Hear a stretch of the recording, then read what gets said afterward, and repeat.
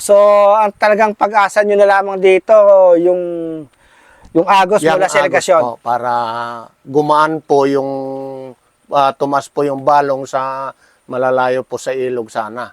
Opo. Para mabuhay muli yung aming mga deep well.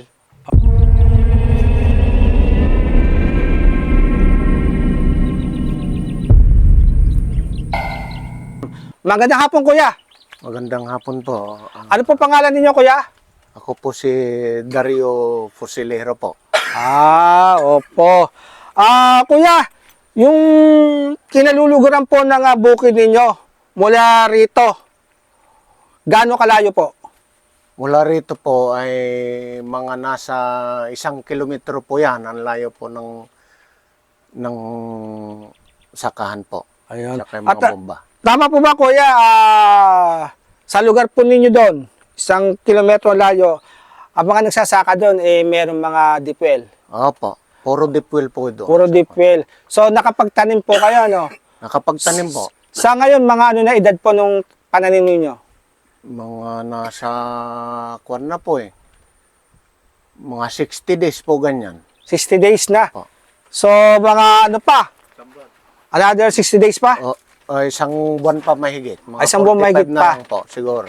Opo. Kamusta po yung deep well ninyo?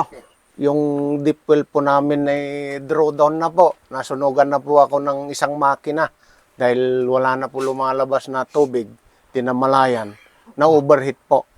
Kailan po, Dahil nag-drawdown na po yung kwan sa sobrang lalim po ng balong. kailan Sa po lugar. na-drawdown? Mga ilang araw na? Mga isang linggo na po. Ay, 1 linggo na. Yung mga nauna po na hindi po nakahukay, matagal na pong drawdown po yon. Pero sa akin, nagpahukay po ako ng 3 metro. Tumagal din po ng mga ilang linggo. Pero ngayon po, drawdown na rin. Ay, ibig sabihin, yung mga deep well doon po sa lugar po ninyo, talagang lahat drawdown na. Drawdown na po. Opo. Sinasabi po ni Vice na ngayong may umaagos ng tubig sa ilog dahil nagiging patapunan po, simula po nang nagkaroon ng irigasyon, gumanda raw ang balong. Yung mga malapit po sa ilog, gumanda po talaga yung balong po nila. Yung pong binabanggit na gumanda balong. Opo. Pero yung mga malalayo po sa ilog, wala pa rin po. Hindi po nalagyan ng balong. Talagang yung malayo, may 1 kilometro. Gaano ba kalayo po ang bukid ninyo sa ilog dito? Mga 1.3 kilometers na po. Ang layo po. Layo nga, no?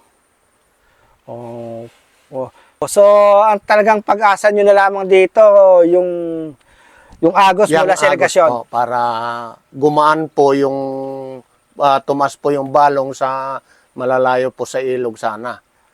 Para mabuhay muli yung aming mga deep well. Kapag maagos po ang tubig sa kanal, Tatas po balong, mabubuhay po yung mga deep well mabubuhay yung mga deep well po po. ninyo. Opo. Ay,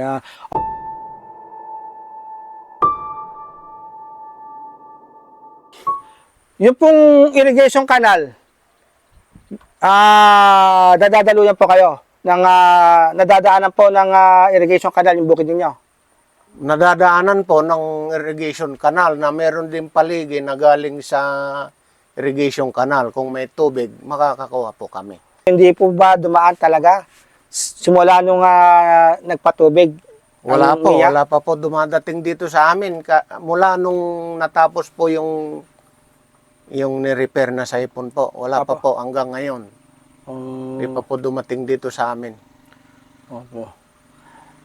Opo. Nung pong nakakarang mga cropping, ganyan rin po ba? Hindi kagad nakakarating ang patubig sa lugar po ninyo doon? Nakakarating din po, pero palibhasa, dulo na po kami. Kung minsan, maswerte na po yung sa isang crop ng ganitong panahon, maswerte na po kung merong 2 agos o 3 agos.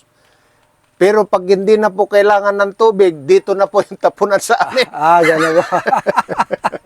Wala na tigil kahit di kailangan 1 linggo, diretso po yung tubig dito sa amin pag di na kailangan.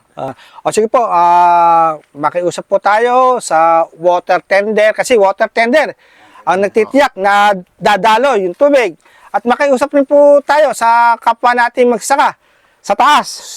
Sa mga nasa pinanggagalingan po namin ng tubig, sana mapagusan man lang kami dito sa Sitio Iba, yung mga galing po ng nauna sa amin, mga taga San Andres, Narbacandos, Ayos Lumboy, at saka dito na po sa amin sa Kasungsong. Sana umabot naman dito sa amin para bumabaw po yung mga balong na mabuhay muli, yung mga deep well na nag-draw down na po.